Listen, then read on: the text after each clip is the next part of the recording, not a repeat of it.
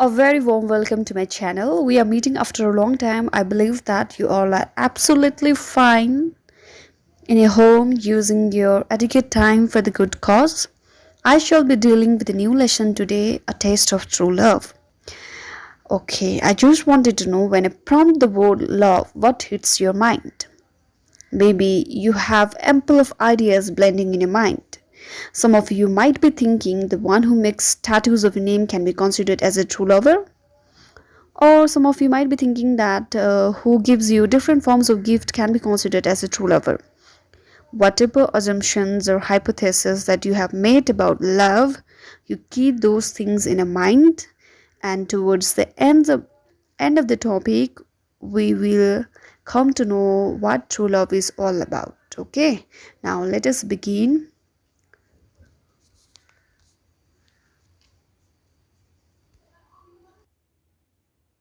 6 minutes to 6 said the clock above the information desk in New York Grand Central Station. The tall young army lieutenant lifted his face, narrowed his eyes, and noted the time. His heart was beating so hard it seemed to shake him. In 6 minutes, he would see the women who had occupied much of his thoughts for the past 13 months. The women he had never seen, yet whose written words had meant a great deal to him. Lieutenant Blandford remembered one day in particular, during the worst of the fighting, when his plane had been surrounded by enemy's plane. In one of his letters, he had confessed to her that he often felt fear, and only a few days before this battle he had received her answer. Of course, there will be times when you are afraid. All brave men feel the same way, especially in the battle. The next time you have doubt about yourself, try to imagine you can hear my voice saying to you, "Yea, though I walk through the valley of the shadows of death, I shall fear no evil." Okay, from the paragraph 1 to 5, now I'm going to explain it in Nepali. Okay, here the main character here is Lieutenant Blandford. Okay, Holly's Menel, they are the main character here. Okay, now 6 minutes to 6 भनेको 6 बज्नुको लागि अब 6 minute छ अरे New York grand central स्टेसनमा. Okay, New York grand central स्टेसनमा चाहिँ lieutenant ब्ल्यान्डफोर्ड त्यहाँनिर उभिरहेको छ र टाइम भने चाहिँ 6 बज्नु 6 मिनट छ.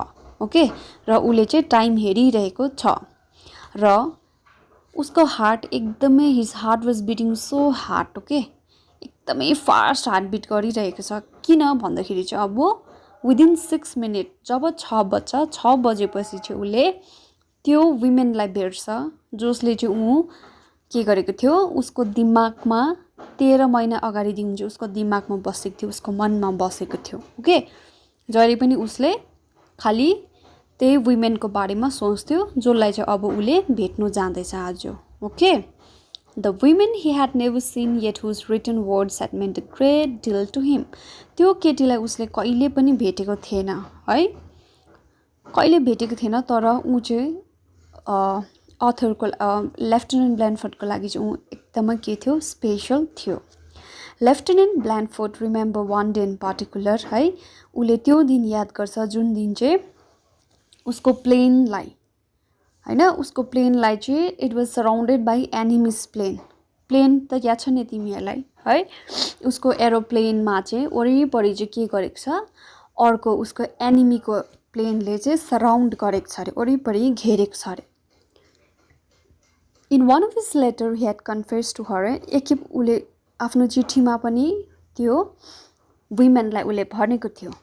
ओके, त्यो केटीलाई उसले लेखेर भन्छ कि मलाई एकदमै डर लाग्छ, हाम्रो एनिमीहरू देखेर मलाई पुरा डर लाग्छ भनेर भन्छ. Okay, of course there will be time when you are afraid. All brave men feel the same way, especially in the battle. र त्यो उसले लेखेको लेटरको एक दिन रिप्लाई आउँछ र रिप्लाईमा के भन्छ नि, अभियसली हैन, मर्नु कसलाई मनपर्छ, सबैलाई नै डर लाग्छ नि. तिमीहरूलाई पनि 10 जना 20 जना एनिमी तिमीहरूको दुश्मनहरूले घेर्यो भने तिमीहरूले खुसी हुन्छौ. अभियसली तिमीहरूलाई पनि डर लाग्छ र यहाँ उसलाई पनि के हुन्छ, डर लाग्छ है. मलाई अभियसली तिमीलाई डर लाग्छ है. हरेक ब्रेभ म्यान, जति नै स्मार्ट किन नहोस्, जति नै ज्ञानी किन नहोस्, जति नै बाठे किन नहोस्, हरेकजनालाई नै डर लाग्छ. त्यो पनि ब्याटलमा है वार जस्तो कुरामा त अभियसली डर लाग्छ नि त आज छ भोलि छैन है अहिले हामी मर्नु पनि सक्छौँ वारमा देयर इज नो ग्यारेन्टी कि तिमी बाँचेर हुन्छौ भनेर okay the next time when you doubt about your self तिमीले आफूमाथि डाउट गर्छौ नि त्यतिखेर चाहिँ तिमीले सम्झिनु imagine you can hear my voice saying to you है मेरो भोइसले तिमीलाई भनिरहेको छ यस्तो भनेको सम्झिनु या though I walk through the valley of the shadow of death है हो म पक्का पनि त्यो खालको भ्यालीमा जाँदैछु जहाँ चाहिँ डेथको के छ स्याडो छ डेथ मृत्युको छाया छ okay but I shall fear no evil म डराउनु भएन म डराउँदिनँ तिमीले चाहिँ त्यस्तो सम्झिनु पर्यो मेरो भोइसलाई तिमीले यस्तो भन्दै गरेको सम्झिनु पर्यो भनेर चाहिँ भन्छ ओके भन्नुको मतलब के अरे म लडाइँमा छु है म मर्नेवाला छु सायदै मर्छु पनि होला तर म डराउँदिनँ भन्छ नि कतिपय आर्मीहरूले तिमीहरूलाई याद छ त होइन कसरी आफ्नो नाम रोशन गरिराखेर देशको लागि शहीद भएर जान्छ हौ त्यस्तो हुनुपर्छ स्ट्रङ हुनुपर्छ भनेर चाहिँ उसको कसले भन्छ उसको केटीले भन्छ ओके जोसँग ऊ लेटर्सहरू लेख्थ्यो okay now he was going to hear her real voice it was 4 minutes to 6 अब चाहिँ उसले उसको खास भोइसलाई सुन्छ अब 6 बज्नुको लागि 4 मिनट मात्रै छ A girl passed near him and Lieutenant Blandford looked closely. She was wearing a flower, but it was the wrong kind. He was to recognize his friend by a little red rose which she had promised to wear. Besides, this girl was about 80 and Hollis Manuel had 18, Hollis Manuel had told him that she was 30. What does this matter? He had answered, I'm 32. He was really 29. Okay? एउटा केटी छेउबाट है lieutenant ब्ल्यान्डफोर्डको छेउबाट यसरी जान्छ pass हुन्छ र pass हुँदाखेरि चाहिँ के देख्छ उसले फ्लावर त लगाएको हुन्छ तर रङ फ्लावर लगाएको हुन्छ खास जो उसँग लेटर लेख्ने केटी थियो उसले जुन चाहिँ केटीलाई मन पराउँथ्यो त्यो केटीले उसलाई के भनेको हुन्छ कि उसले चाहिँ रेड रोज लगाउँछु म रेड रोज लगाएको हुन्छु लुगामा भनेर भनेको हुन्छ ओके अनि यसरी त्यो केटी हेर्दाखेरि त 18 वर्ष जस्तो मात्रै देख्छ र होलिस मेनल चाहिँ को हो मेन क्यारेक्टर हो है उसले जति पनि लेटर्सहरू लेख्थ्यो अस्तिदेखि त्यो लेटर्स लेखेको केटीको नाम चाहिँ होलिस मेनल हुन्छ र होलिस मेनलले चाहिँ के भनेको छ ऊ चाहिँ 30 वर्षको हो भनेर भनेको हुन्छ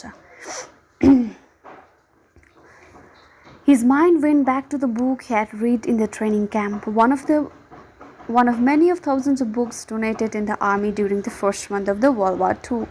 Of Human Bondage was the title of the book, and throughout its pages there were notes in a woman's writing. He had never believed that a woman can understand a man's thoughts so well.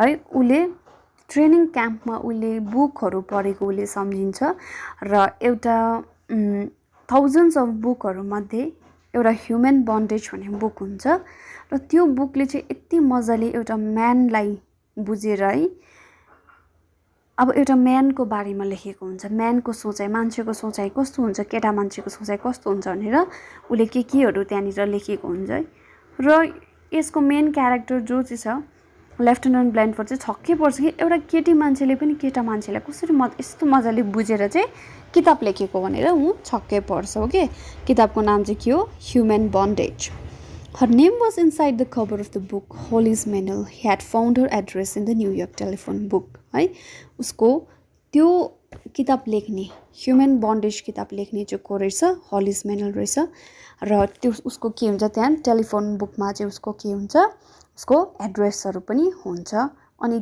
त्यहीँदेखि चाहिँ उसले के गर्छ त्यो केटाले lieutenant ब्ल्यान्डफोर्डले चाहिँ लेटरहरू लेख्न थाल्छ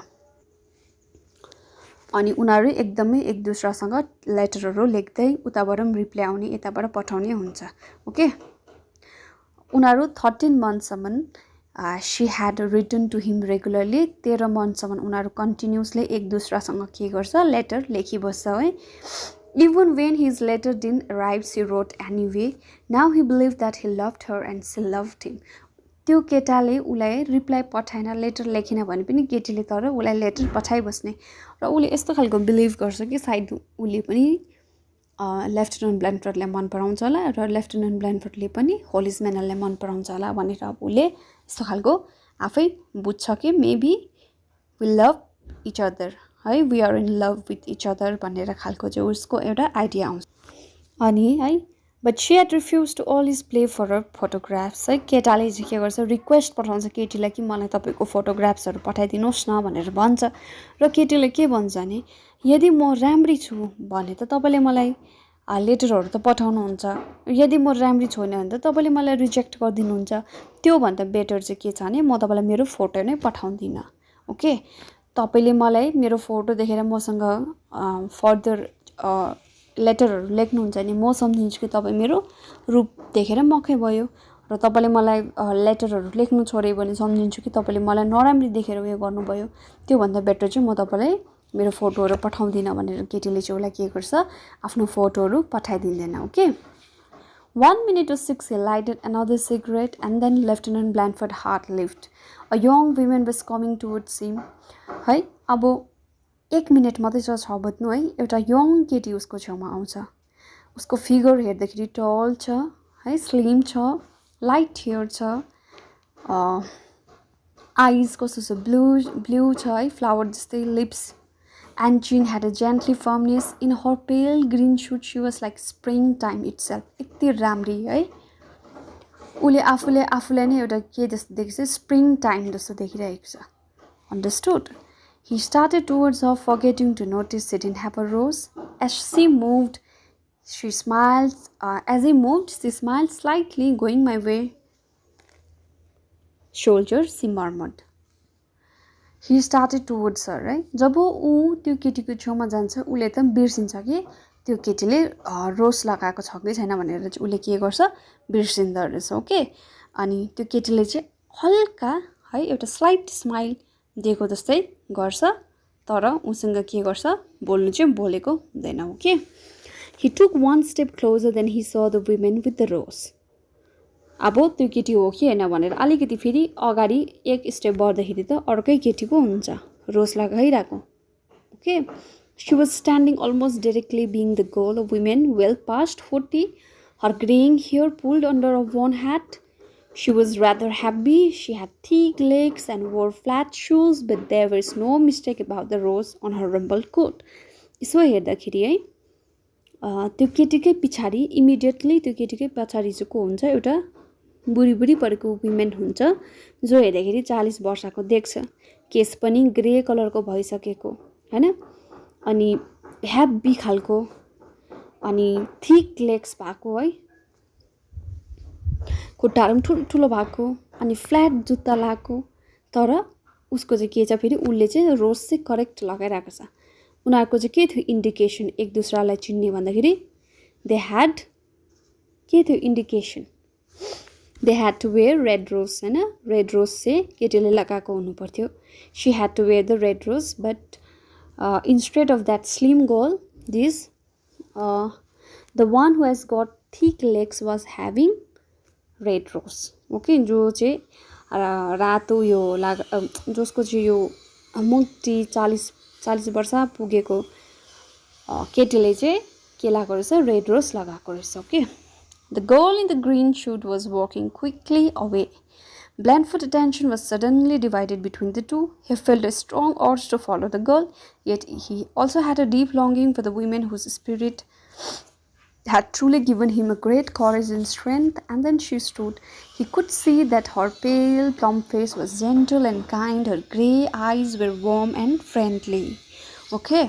अब अगाडि हेरौँ त एकदमै राम्री केटी छ अलिकति पिछाडी हेरौँ त फ्याट वुमन छ है ओल्ड वुमन छ अनि उले केटीलाई अब फर्स्टको केटीलाई एटेन्सन दिनु कि यता हेर्नु है फर्स्टको केटीलाई फलो गरौँ भने त यतानिर फेरि त्यो बुढी केटी है राम्रो केटीलाई हेरौँ जस्तो पनि लाग्छ फेरि बुढी केटीलाई हेर्दाखेरि चाहिँ के हुन्छ उले नै त यत्रो दिनसम्म मलाई लेटर लेखेर मलाई यति बेसी सम्झायो है मलाई यति बेसी मोटिभेट गर्यो मलाई लाइफमा यति साह्रो स्ट्रङ बनायो अब के गर्नु उ पुरा एकदम कन्फ्युज हुन्छ के राम्रो केटीलाई पछाएर जानु कि अब त्यो वुमेनलाई हेर्नु र उले उसको त्यो केटीलाई हेर्छ he could see her pale plum face है and gentle and kind her grey eyes were warm and friendly र उले लास्टमा त्यो जुन चाहिँ अलिक बुढी केटी छ उलाई नै हेरेर उलाई एकदम उलाई देखेर माया लाग्छ okay Lieutenant Blandford didn't hesitate. His fingers held the worn copy of Human Bondage, which was to show who he was. This would not be love, but it would be something precious. It would be a friendship for which he had been and would always be grateful. Okay? Lieutenant Blandford लाई अलिकति पनि हिचकिचाउँदैन, उलाई अलिकति पनि शरम लाग्दैन है. उसको लेफ्टिनेन्ट ब्ल्यान्डफोर्डले के बोकेको छ, एउटा फाटिमोरेको है ह्युमन बन्डेज भन्ने बुक, जुन चाहिँ त्यो केटीले लेखेको बुक चाहिँ उसले बोकेको हुन्छ एज अ साइन कि उही हो त्यो मान्छे जसले उसलाई 13 महिनादेखि लेटर लेखेको थियो भनेर चाहिँ लेफ्टिनेन्ट ब्ल्यान्डफोर्डले आफ्नो हातमा चाहिँ त्यो किताब बोकेको हुन्छ. Okay, this would not be love but it would be something precious. Okay, यो चाहिँ लभ होइन तर यो के हो, एकदमै प्रेसियस चिज हो. अन्डरस्टुड? यो फ्रेन्डसिप पनि हो for which he had been and would always be grateful. म एकदमै ग्रेटफुल रहन्छु भनेर उसले सोच्छ. Okay, he stood straight, saluted and held the book towards the women, but as he spoke the thought how different she was from the girl he had expected. I am Lieutenant John Blandford and you are Miss Mennell. I am so glad you could meet me. May I take you to dinner? Okay, अब केटा त छक्कै पर्छ है. अब कस्तो खालको उसले इमेजिन गरेर आएको थियो, कति एक्साइटेड भएको थियो, यति साह्रो हार्ट बिट उसको फर्स्ट भएको थियो, तर भेट्दाखेरि त अब सी इज कम्प्लिटली डिफ्रेन्ट होइन. नाउ अब के गर्नु, अब कम्प्लिटली डिफ्रेन्ट भयो भने त यत्रो महिनासम्म मोटिभेसन गरेको, उसलाई यति सपोर्ट गरेकोलाई कसरी टुक्राउनु एन्डमा आएर होइन.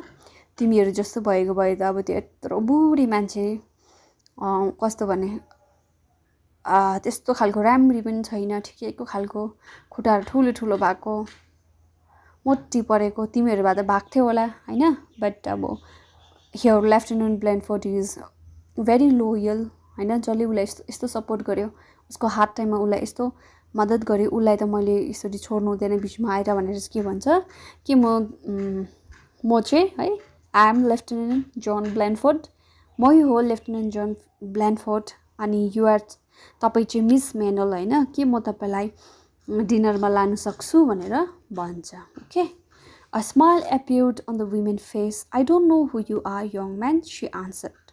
ओके, त्यो केटी के गर्छ, त्यो बुढी आन्टी यसरी हाँस्छ है, हाँसेर भन्छ I don't know who you are young man, तिमी को हो, म त तिमीलाई चिन्दिनँ त भनेर. She answered, that young lady in the green suit, she asked me to wear this rose on my coat. She said, if you ask me to go out with you, I was to tell you she is waiting for you in that restaurant across the street. She said it was a taste of some kind. Okay, र उसले भन्छ तपाईँ को हो म चिन्दिनँ, तर मलाई चाहिँ यो रोज लगाएर बस्नु भनेर चाहिँ अघिको त्यो ग्रिन कलरको उयो लेडीले भन्नुभएको. ओके, त्यो अघिको जुन चाहिँ राम्रो स्लिम, आँखा पनि राम्रो, लिप्स पनि राम्रो भएको जुन चाहिँ त्यो केटी थियो, स्लेन्डर है, लाइट थियो भएको केटी, त्यो केटी चाहिँ खास होलिज मेनल हुन्छ. र उसले चाहिँ मलाई यो रोज लाउनु लाग्यो र उसले भनेको थियो कि इफ लेफ्टिनेन्ट ब्ल्यान्डफोर्डले तपाईँलाई डिनर गर्नु जाउँ भनेर भन्यो भने चाहिँ उसलाई म भागमा पठाइदिनु भनेर भनेको हुन्छ. ओके, म उसलाई पर्खिरहेको छु भनेर भनिदिनुहोस् हुन्छ. She said it was the test of some kind.